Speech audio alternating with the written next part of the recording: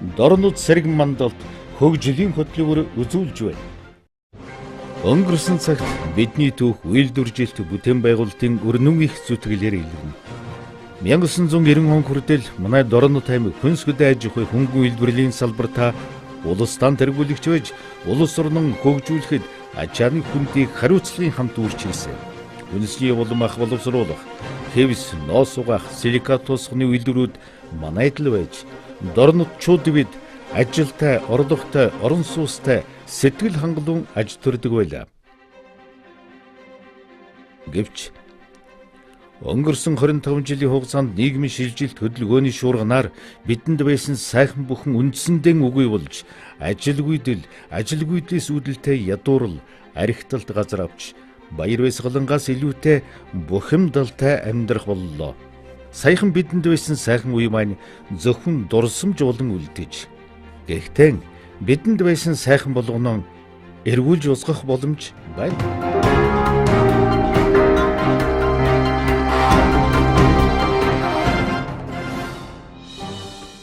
Сайн бацгааны үзэгчтэй та бүхэндээ энэ өдрийн мэндийг хүргэе. За, Дорнод сэргэн мандалт хөгжлийн хөтөлбөрийн ээлжид хэлэлцүүлэг хэлж байна. Тэгэхээр энэ удаагийн хэлэлцүүлгээр бид эрчим хүч, тээвэр, логистик, за дэд бүтц хөгжлийн тулгамдсан асуудлын талаар өнөөдөр үзэгч та бүхэнтэйгээ ярилцах болно. За, энэхүү нэвтрүүлэгт маань оролцохоор зочид ирсэн байгаа. Ингээд зочдод танилцуулъя. Аймгийн засаг дарганы тамгын газрын хөгжлийн бодлогын хэлтсийн ахлах мэргэжилтэнд дугармаа.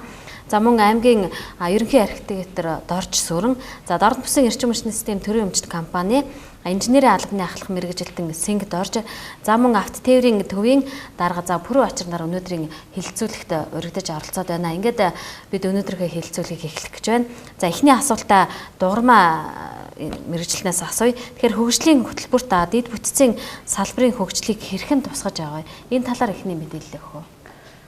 За, Дорнод аймгийн хөгжлийн урт хугацааны хөтөлбөр боловсруулж байгаа. Тэгээ энэ хөтөлбөрийн хүрээнд бол дэд бүтцийн хөгжлийг одоо Дорнод аймгийн тэргүүлэх салбарыг нэг болгож одоо тусгаж байгаа.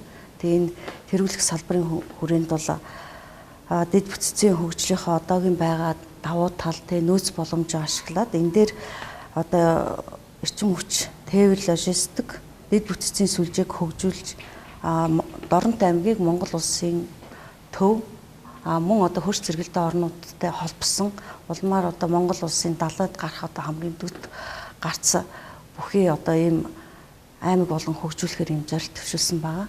Тэгээ эдгээр зорилтын хүрээнд одоо хоёр одоо бас дэд зорилтыг одоо төвшүүлж тусахаар одоо ингэ төлөвлөж байна. Тэгээ энэ нэгдүгээр зорилтын хүрээнд бол ямар ч гэсэн эрчим хүчний алдагдлыг бууруулсан хэмнэлттэй одоо байгаль орчинд ээлтэй технологи бүхий захин эрчим хүчний үйлдвэрлэлийг нэмэгдүүлэх.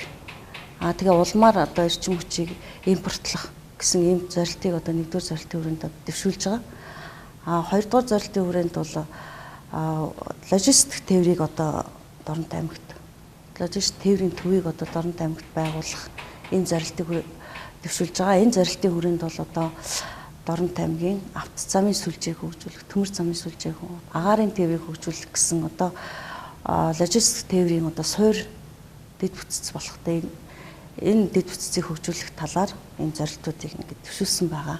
За, аймгийн хөгжлийн урт хугацааны хөгжлийн хөтөлбөрт одоо дэд бүтцийн хөгжлийн талаар одоо тэргүүлэх 5 дахь зорилт болгонд төвшүүлсэн байгаа. Тэгээ энэ зорилтын хүрээнд бол одоо Дорнод аймгийнхаа хөгжлийн одоогийн давуу тал мөн нөөц боломжийг ашиглаад эрчим хүч, тээвэр, логистикийн дэд бүтцийн сүлжээг хөгжүүлэх улмаар Дорнод аймгийг эдгээр одоо нөөц боломжоор Монгол улсын төв одоо хөрш зэрэгэлдээ орнууд улмаар одоо зүүн хойдод Азтай холбох юм гарцын үе таалга болон хөгжүүлэхээр ингээд тусгасан байгаа. Дэд бүтцийн хөгжлөө. Тэгээд энэ тэргүүлэх зорилтын маань одоо дэд зорилт нэгдүгээр зорилтонд бол эхний ээлжинд эрчим хүчний үйлдвэрлэлийг хүчин чадлыг нэмэгдүүлэх, алдагдлыг бууруулах, хэмнэлттэй одоо байгаль дээртэй технологиг нэвтрүүлэх, улмаар одоо эрчим хүчийг экспортлох гэсэн юм зорилтыг төвшүүлсэн байгаа. Хоёрдугаар зорилт нь бол логистик тээврийг одоо хөгжүүлэх зорилтыг тавьсан байгаа. Энэ логистик тээврийн одоо дэд бүтц болох одоо зам тээвэр, зам, авто зам, төмөр зам, агаарын замыг одоо хөгжүүлэх, энэ одоо замын сүлжээг одоо байгуулах ийм зорилтуудыг төвшүүлсэн байна. За тэгэхээр дараагийн асуултаа бид орон тусгай эрчим хүчний системийн инженерийн албаны ахлах инженероос асуумаар байна л да. Яг одоо энэ 2016-аас 30 оны урт хугацааны хөтөлбөрт жоохон эрчим хүч тал дээр ямар зүйлүүд тусгагдсан байдгийг. За ялангуяа манайд Орон аймгийн хувьд бол эрчим хүчний хэрэглээ бол өнөөгийн байдлаар нийлээд тулгамдж байгаа асуудлуудын нэг болсон байгаа тийм ээ. Тэгэхээр энэ тал дээр жоохон яг энэ урт хугацааны хөтөлбөрт яаж тусгаж оруулсан байна вэ? За юуны өмнө телевизэд зугаа нийт орнчуудад өнөөрөө мэндийг хүргэе. За манай Орон тусгай эрчим хүчний систем үзэд компани анх 1967-аас 70 онд Зөвлөлт улаан улсын техник эдийн засгийн тусламжтайгаар 12 мегаваттын хүчин чадалтай цахилгаан станц болж анх суурин тавигдсан. Үүнээс хойш 1978-80 онд 36 мегаватт болж хүчин чадал өргөгдөгдсөн байгаа. За 1998-аас 2001 онд Холбооны мөнгөний тохиромжтой улсын КФП банкын хөнгөлөлтөй зээлээр бол шинжилгээний ажил хийгдсэн байгаа. За 2001 оноос бол Орон тусгай эрчим хүчний систем төрөвч томцоод компани болж үйл ажиллагаа өргөцсөн. За үүний хүрээнд бол Торон Сүхбаатар аймгийн 26 сум суурин газар 23,000 айл өрх 2,100 аж ахуйн нэгжийг захилгаан эрчим хүчээр хангаж ажиллаж байна. Мончоо улсын хотын 806 аж ахуйн нэгж 5700 айл өрхийг бол дулааны эрчим хүчээр хангаж ажиллаж байгаа. За сүүлийн жилүүдэд 2015 оноос эхлэн уул уурхай газрын төсний олборлох үйлдвэрүүдийн хүчин чадал нэмэгдснээр манай станц бол суурилагдсан хүчин чадал дагавар тултал ачаалагдж буюу 15 оны 11 сараас бүр 36 мегаваттын эргэл ачаалал хүрсэн байна. За тэгээд 2015 оны 12 сараас бол Сүхбаатар аймгийг бол төв эрчим хүчинд шилжүүлж ажиллаж байна. Одоогор 2015-аас 20 оны хэрэглэгчдийн захиалга бүс нутгийн эрчим хүчний хэрэглээний өсөлтийн таацаар бол 18 оноос эхлээд бол 100 мегаваттын хэмжээнд бол хүрж байгаа. За энэний шийдвэрлэх гарцуул Доронтын цахилгаан станцыг 100 мегаваттын хүчин чадлаар өргөтгөх мөн Чойр Өндөрхаан Чоолсон гэсэн чиглэлээр 220 кВт-ийн цахилгаан дамжуулах аарын шугамыг бол барьж байгуулах ажил бол шаардлагатай байгаа. Тэгэхээр энэхүү хэлэлцүүлэгт бас аймгийн ерөнхий архитектор оролцож байгаа. Ерөнхий архитектороос дараагийн асуултаа асууя гэж бодож байна л да. Тэгэхээр яг энэхүү урт хугацааны одоо хөгжлийн бодлогыг боловсруулах бичиг баримтад тийм ээ. За хот төлөвлөлт яаж тусгагдсан? Ялангуяа тэр дундаа хүн амын амьдрах таартай орчин нөхцөл бүрдүүлэх тал дээр жоохон яаж орсон байдаг юм бол энэ тал дээр таны хувьд бол ер нь хангалттай орж чадсан гэж бодож байна уу? За энэ урт хугацааны хөгжлийн бодлогод бол дэд бүтцийг хөгжүүлэх. Дэд бүтцийг хөгжүүлнэ гэдэг нь бол хот байгуулалтын төлөлтийг хөгжүүлснээр давуу дэд бүтц маань давхар хамт шийдэгдэж явах хэрэгтэй. Энэ талаар бол нэлээд асуудлуудыг бид нар одоо төлөвлөд байгаа. Ялангуяа хөдөө суурин сумдад ажиллаж байгаа иргэд маань төв газар руу аймгийн төв рүү шилжих хөдөлгөөн ихсэж байгаа. Энэ хөдөлгөөнийг сааруулах тэндээ орон нутагта хятад тухтай амьдрах болцоог хангахын тулд сумдын хөгжлийн ерөнхий төлөвлөгөөг бол хийх ажлыг 12 оноос эхлээд төлөвлөн явуулж байгаа. Энэ төлөвлөлт гарснаар төлөвлөлтийн зураг төсөл бүх юм хийгдснээр тэнд одоо инженерийн шугамжилж хаана авах юм, хаана ямар одоо цэвэрлэх байгууламж маань байх юм, одоо тэр хог зайлуулах цэг бусд одоо төлөвлөлтөд амрах зугаалах очин хаана авах юм гэдэг талын төлөвлөлтүүд бүрэн хийх ёстой. Энийг хийж орчиндөө одоо аялахтай амьдрын шилжилт хөдөлгөөнийг бууруулах боломж үүснэ гэж үзэж байгаа. Энэ төлөвлөлтийн дагуу манай аймагт бол 6 суман дээр энэ хөгжлийн ерөнхий төлөвлөгөөний зураг төсөв хийгдээд явж байна. Тэрний одоо 2 нь бол батлагдсан, 3 нь бол дөрөв нь бол хийгдэг. Баян уул, Дашуур, Баян дун, Баян түмэн, Уулган манай Хэрдэн сум гэсэн сумдуудаар хийгдээд явж байна. Ер нь Чуулсан хотын хувьд гэсэн иргэдийн аятай тухтай амьдрах нөхцөл болцох хангах шаардлага одоо бидэрт тулмагчсан асуудал. Хөрсний бохирдол, агаарын бохирдлын байдал манай дээр нэлээд ихсэж ирж байгаа. Энэ юу хөтэй зэрэг зөнгөлөх салхины чиглэлийнхаа дээдлэлд манай мад бүхэн иргэд гэр хороол маань байршдаг. Одоо шинэ төлөлтийн дагуу бид нар энэ төлөлтөөр мад бүхэн иргэдийг голынхаа урталт гаргах одоо галгаатай гэр хорооллыг барилгажуулах талаар ер нь төлөлт хийгдээд явж байгаа. Мөн иргэдийг одоо аятай тухтай амьдрах орчныг нь бүрдүүлэхийн тулд тэр дүүгээ чиглэсэн тэр барилгачлалт руугаа чиглэсэн дэд бүтцийг хангах талаар нэлээд энэ баталгад тусуулсан. Үүний дагуу сая 15 онд 1000 айлын орон сууц буюу 45 гад манай Хэрдэн сумын 3 дугаар багийн нутагт барьж 48 га газарт төдөлж байгаа 1000 айлын орон сууцны хороол руу чиглэсэн 4.2 км бохирын шугам, 3.5 км цэвэр дудааны шугам зураг төслийн ажлыг хийгээд дуусаад байна. Одоо ер нь хөрөнгө тавигдах юм бол өсрэлтийн ажил шийдэгдэх тийм төлөвлөгөөтэй байгаа. Мөн бид нар ганцхан зураг төслийг нь хийгээд ингээд орхичих биш. Энэ дээр нь одоо тэр саяхан яг дэд үтсэж ярьж байгаа тулмагцсан асуудал дээр мад бүхэн иргэдийг голынхаа урталт гаргасан тохиолдолд тэнд суурших одоо цахилгааны хангамж, усан хангамж, усан цэг мөн тэднэр рүү явж байгаа иргэдэд үйлчлэх тээвэр одоо унааны талынхын юмнуудыг бүрэн шийдсэний дараа нөгөө иргэдтэй шаардлага тавиад нүүдгэн шийдлүүлэх асуудлыг тавихаар ерөнхийд нь тусгаж байгаа. Мөн манай аймгийн хувьд нэлээд хүндрэлтэй болох гэж байгаа юу бид нар гүнийхээ усыг их хэмжээгээр хэрэглэдэг. Гүний усыг хэрэглэж байгаа одоо гүний хотгийн ачааллууд маань нэлээд муудж байгаа, засварлах шаардлагатай болсон шинэ одоо хөөсөр хийх шаардлагатай болсон. Тэр талаарууд энэ дээр бол нэлээд төтгөө тусгасан. Мөн бохир усны систем гэдэг маань урд байгаа цэвэрлэх байгууламж маань анх байгуулагдсан цагаас хойш биологийн цэвэрлэх үйл ажиллагаа нь хийгдээгүй ингээд явагдсан. Тэрнийг хийх талаар сая 13 оноос зураг төслийн байгууллага яг энэ чиглэлийн зураг төслийн наран ас шангадаг компани зургийг хийгээд одоо явж байна. Энэ зураг ингээ гарах юм бол хөрөнгө шийдэхэд бид нэр зөвхөн механик цэвэрлэгээр бохир усаар цэвэрлээд явах биш.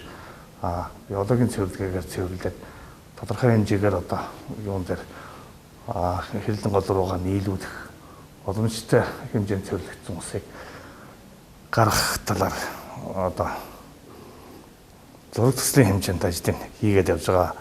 Мөн одоо хөрсний бохирдлоос гадна манай аймгийн төвд ашиглалтын шаардлага хангахгүй мэргэжлийн хяналтаас дүгнэлт гарцсан үнэхээр хүн амьдрах болцоогүй болсон юм хэсэг хотхон тосон байдаг. Энэ бол хуучнаар манай нэрлэлдэг юм уу? Одоо ивэл хараал. Энийний дахин төлөлтийн асуудал энд шинээр барилга төлөвлөж энд байгаа аж ахуйн нэгж ард иргэдийг дахин төлөвлөгдсөн одоо шаардлага хангасан барилга байгууламжид сууршуулах талаар зургийн ажил, зургийн даалгаврыг нь хийгээд энэ ерөнхийдөө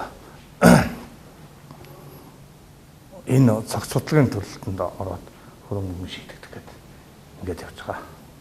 За нэвтрүүлэгтэй хамтдаа үзэгч та бүхэнд баярлалаа. Тэгэхээр энэхүү дорн цэргэн мандал хөгжлийн урт хугацааны хөгжлийн бодлогыг боловсруулах баримт бичигтэй холбоотой бид бол цуврал хэлэлцүүлгийг үзэгч та бүхэндээ хүргэж байгаа.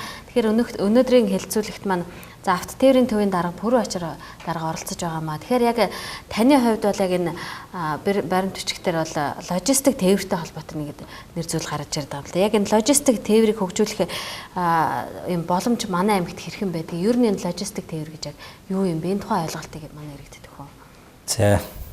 За хэрэглэгчийн хэрэгцээ шаардлага зорилтод нийцүүлэн аливаа түүхийд бараа санхүүгийн орсголыг эхлэх цэгээс зорилт цэцэг хүртэлх бол хамгийн үр ашигтай шилжүүлэлт хадгалт төлөвлөлтөй хяналтын нэгдүгээр процессыг логистик тээвэр гэдэг. Манай орны хувьд, манай аймгийн хувьд бол хөрш зэрэгэлдээ бүгд найрамдах хятад улсын логистик тээвэрлэлт бол үзүүлэлт дээрээ дэлхийд дээгүүр ирэмблэгддэг учраас энэний нөлөөллийг ашиглан болоо хөгжүүлэх боломжтой байна. За өнөө үед бол улс хоорондын эдийн засгийн хамтын ажиллагаа эрчимтэй өртөнд оролцох тээврийн салбарын үүрэг бол улам нэмэгдэж байгаа. Энэхүү өсөн нэмэгдэж байгаа тээврийн эрэлт хэрэгцээг хангахын тулд бол далаад гарцгүй манай орны хувьд бол бүс нутгийн хэмжээнд хэрэгжүүлж байгаа тээврийн олон улсын сүлжээгээр дамжуулан хөрш орнуудтайгаа гадаад худалдан хамтын ажиллагааг хөгжүүлэхэд бол олон улсын стандартын худалдаа стандартын шаардлага хангасан олон улсын чанартай хуурай бомтуудыг байгуулах замаар бол эдгээр орнуудтай бол транзит болон тээврийн үйлчлэгийг либералчлах олон улсын холбогдох гэрээ конвенцэд шинээр нэгдэн орох, олон улсын жишгт нийцсэн бүс нутгийн нэгдсэн тээврийн коридор бий болгох нийтлэг журам стандартыг нийцүүлэх зэрэг бодлогыг шинжлэхийг чармаалтаа нэмэгдүүлэх шаардлага гарч байгаа. Хуурай бомтын тухай засгийн газар хоорондын хэлэлцээрт бол талаа тэнгисээс алслагдсан аймаг орны нийслэл нь Азийн автозамын болон Транс Азийн төмөр замын айл нэг сүлжээнд хүрэх бололцоотой олон улсын нэгдсэн тээвэр логистикийн системийн чухал хэсэг нь болох олон улсын чанартай хуурай бомтын жагсаалтыг бол алтан булаг асуудлыг бол тусгасан нь бол өндөр ач холбогдолтой байгаа. Манай улсаас бол олон улсын чанартай алтан булаг, сайн шанд, Улаанбаатар замын үд цаашид бол байгуулах боломжтой бол Дорнот аймгийн Чавсан хот зэрэг байршлуудад бол хуурай бомтыг байгуулах боломжтой гэж тусгацсан байна. Энэ байршлууд нь бол автозамын сүлжээ Транс Азийн төмөр замын сүлжээнд холбогдсон олон улсын хэмжээнд хүлээн зөвшөөрөгдөж улмаар бол дамжин өнгөрөх тээврийг нэмэгдүүлэх, техник нэвтрүүлэх, хүчин чадлыг нэмэгдүүлэх, тээвэр худалдааг хөнгөвчлөх зэргээр бол их ач холбогдолтой. За манай аймгийн хувьд бол бас энэ логистик тээврийг хөгжүүлэх одоо газар зүйн байршлын хувьд бол маш тохиромжтой аймаг байдаг. Оросын холбооны улстай 2 хилийн бомтоор хилэлдэг тийм ээ. Хятад улстай 3 хилийн бомтоор хилэлж байгаа. Тийм учраас одоо логистик тээврийг хөгжүүлэхийн тулд манай аймагт бол ачаа тээврийн том агуулгуудыг барих шаардлагатай. Тийм ээ. Ашиг хадгалдаг, тэгээд тээвэрлдэг тийм хүлээж авдаг, тэгээд буцаага тээвэрлдэг тийм том агуулгуудыг барих шаардлагатай байгаа. Тэгээд энийг бас манай бас бизнес эрхлэгчид бас нэлээд бас сонирхож байгаа. Бас одоо логистик тээврийг хөгжүүлэх талаар бас зарим нэгэн компаниуд бас том агуулга одоо савуудыг барьж байгаа. Мөн одоо манай Чавсан хотын ерөнхий төлөвлөгөөн дээр бас логистик тээврийн төвийг одоо байгуулах байршлыг одоо бас тогтоож гисэн байдаг. Энэ байршил нь болохоор төмөр замын хой талд тийм байршил дээр энэ логистик тээврийн төв байгуулна гэсэн ингэ зааж өгсөн байна.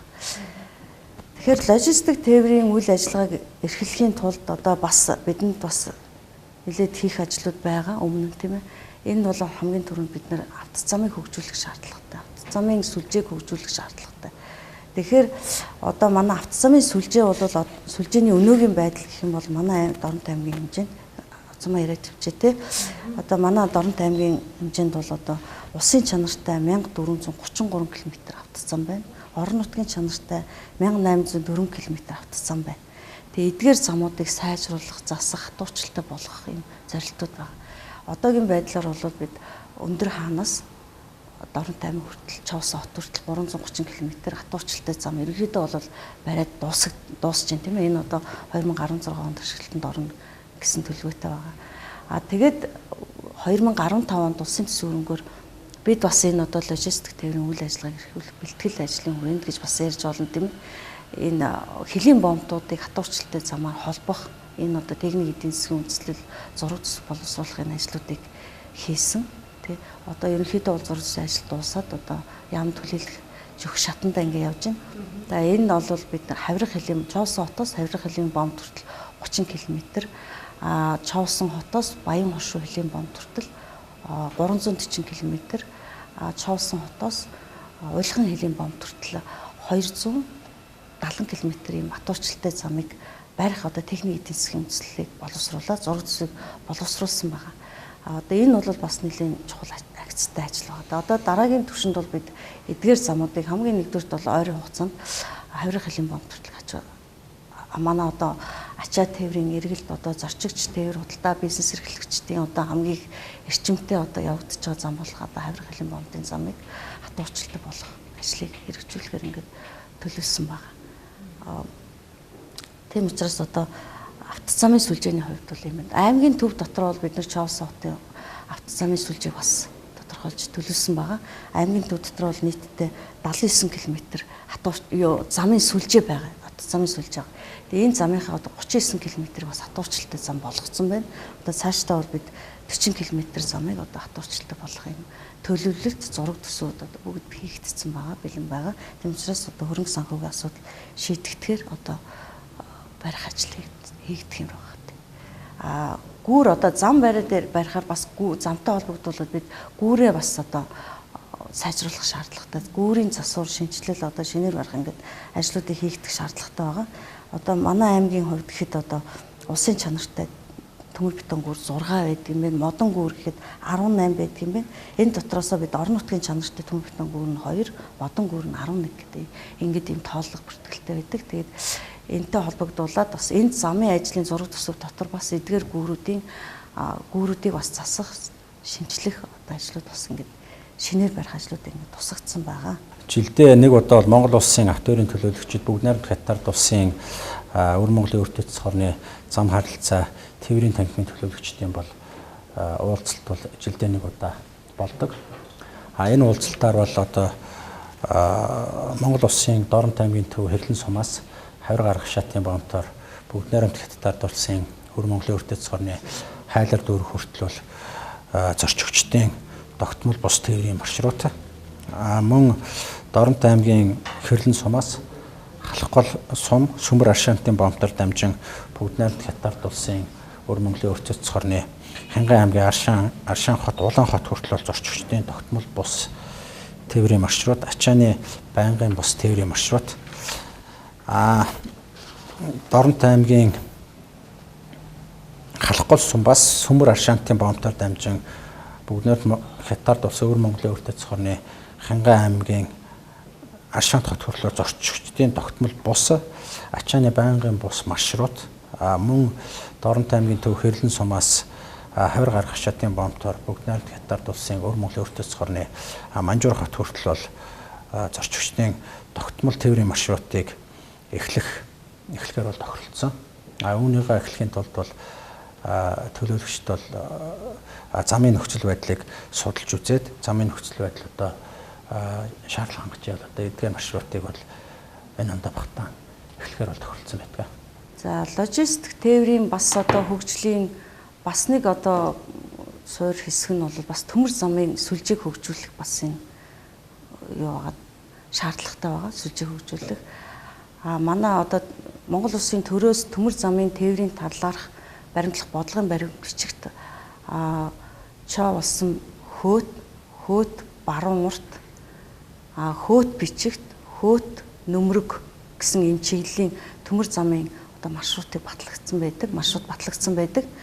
Тэгээд энэ маршрутыг одоо төмөр замын барих ажлын одоо явц бол одоогийн байдлаар бол ерөнхийдөө техник эдийн засгийн үндэслэлүүдийг боловсруулж байгаа. Ерөнхийдөө энэ ажлыг бол төмөр замын ажлыг Монголын төмөр зам гэдэг компани одоо Монгол Улсын засгийн газраас өмнөөс одоо Монголын төмөр зам гэдэг компани байгуулагдаад энэ ажлыг бас үндсэндээ бас хариуцсан зохион байгуулж байгаа. Тэгээд манай орон нутгийн зүгээс бол энэ хөөт гэдэг одоо зангилаа манай Дорнот аймгийн одоо Матас сумын нутаг дээр ийм зангилаа үүсэж байгаа, төмөр замын зангилаа.